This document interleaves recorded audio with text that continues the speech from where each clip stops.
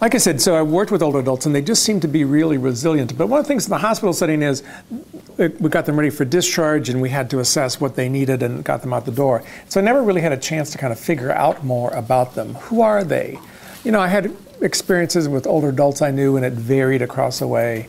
And for the most part, you know, they were independent. They might have some health problems, et cetera. So when I went back, not all that long ago, to get a PhD, I was really interested to study older adults. And by then, the literature around successful aging and aging well had really, really grown. And so there were some conceptual models to look at.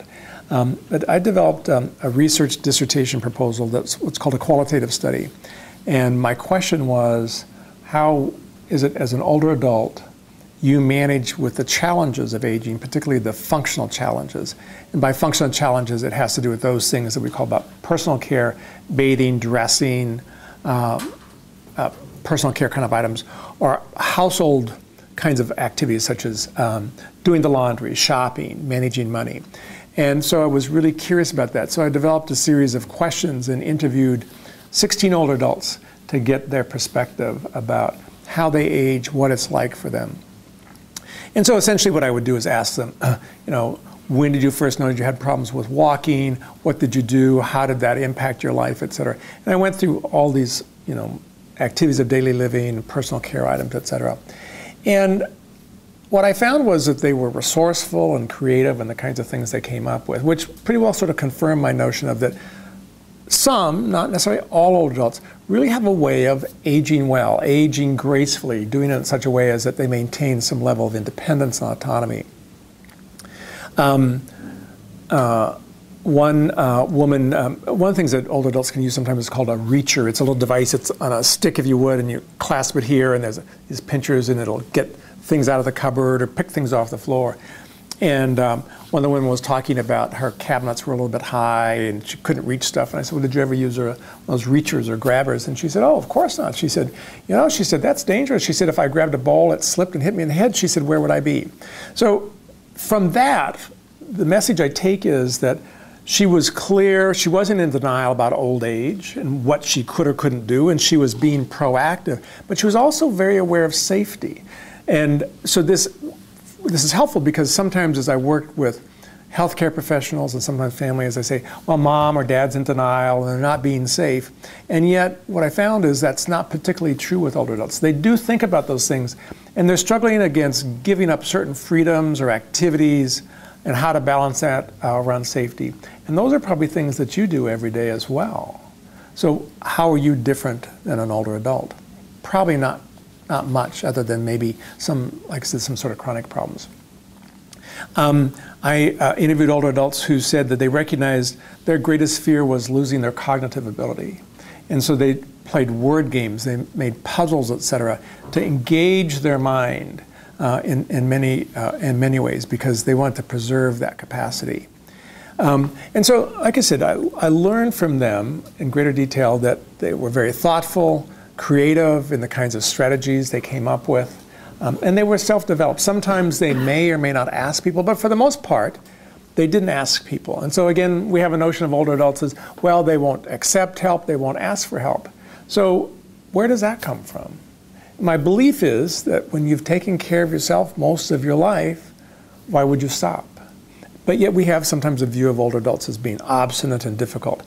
And again, they know themselves, and sometimes it is an adjustment to deal with physical handicaps or some chronic disease or something that impairs our life.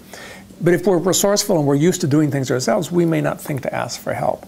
And also we may be concerned as an older adult, what does it mean if I ask for help? Are people going to judge that I need more help than what I want or need, that I can't live by myself, et cetera? So there are some, I think, really important and natural sort of fears and concerns they might have about what's going to happen if I ask for help.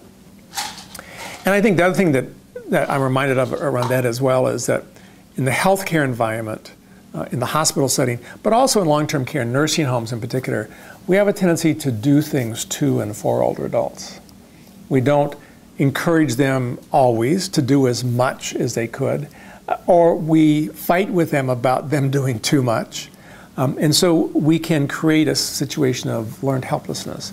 A couple of people who I have read, Margaret and Paul Baltes, B-A-L-T-E-S, have done a lot of work around successful aging. And they took a look at older adults in nursing homes and found that actually, I mean, nursing homes provide good care, and I'm not against nursing homes. There's a time and place for those. For some people, we use them for recovery, et cetera.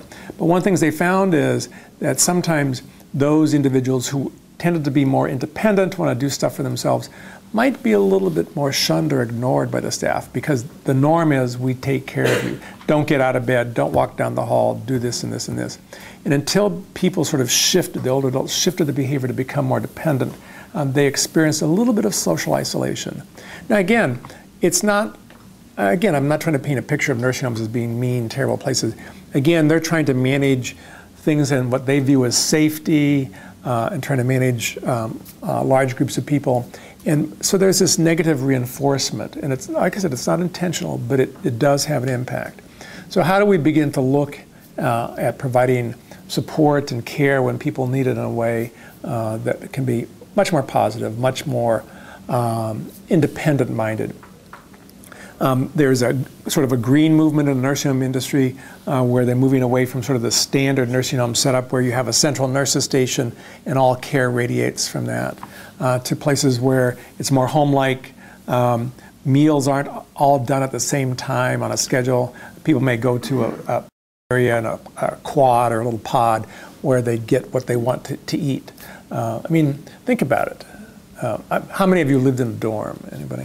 I didn't. So, but you got the same stuff. Did you get tired of it?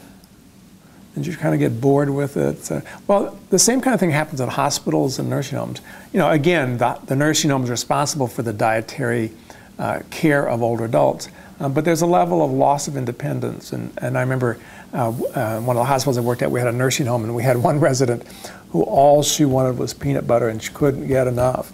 And it was this sort of fight around, well, you're getting too much peanut butter and you're not eating enough diet. It's like, you know, what happens when we eat too much of something? We get tired of it, don't we? But is it worth the fight with this person about how much is enough? And eventually some wisdom prevailed, and they said, well, we're really concerned that the state comes in and says we're not feeding her right, but if we can demonstrate and document that this is, she refused the other food and this is what she wanted, we're okay. And so then again, it sort of eased up this sort of battle around what she needed and wanted. But again, I think the struggle for older adults really is about how do I maintain my autonomy and independence. And as practitioners, I want you to keep that in mind. Find out what people want, how they can do that, what would be most helpful. The good news is we have some, I think, some models for that. A long, long time ago, young people might be in an accident and unfortunately they died. We didn't have the first responder kind of pieces that we did. We didn't have the trauma care like we have it today. So as a result, more and more people are able to get past that immediate sort of crisis and live, but they may live with some chronic disability. And there's a very active disability advocacy community, and their mantra is, don't do it to me or for me, be there to support me as I do it myself. And I think that's really begun to influence aging in the model, because I think, again, older adults want that.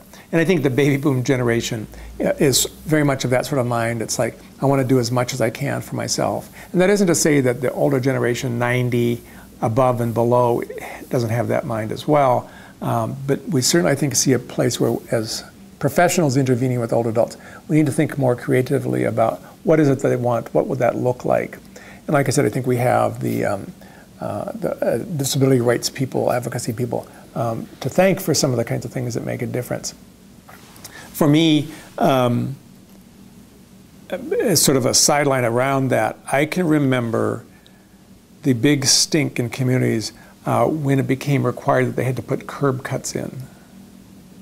Does anybody remember that? Some of you are probably too young. I mean, it was, people said, well, we can't afford this, and you know, this is just a small group of people wanting something. This just, I mean, there's a lot of grousing around about that. Do you pay attention to who uses those curb cuts? Does anybody know who uses them? Huh? Skateboarders. Skateboarders. Who else? Parents with wheelchair or strollers. Right. You know, I mean, everybody uses them. Precisely. So what we need to think is differently, is that that there are some benefits to all of us, and that at any particular point in our life, we might experience some form of disability. It may be short-term or chronic. So we all need to think creatively. And one of the pieces that got really clear to me in my dissertation research is that most of the people that I interviewed had some form of functional disability, a problem in their environment because it was created in the environment. They had narrow doors. They couldn't get into the bathroom because the doors are too narrow for a walker or a wheelchair. So we create barriers. And so again, I think there are a lot of things we can do by eliminating those barriers for people that are physical, and we all benefit. So I think, again, being creative, thinking about those positive kind of pieces is helpful. For myself, it's, again, I see tremendous sort of shifts around who I see in the community, and like I said, I see more people with wheelchairs using those curb cuts. So again, we create freedom for folks. And those people aren't just older adults, or excuse me, folks with physical disabilities who are younger adults, but they're also older adults. And that becomes really important because those are some of the challenges they experience, to become a little bit socially isolated because of stairs, et cetera.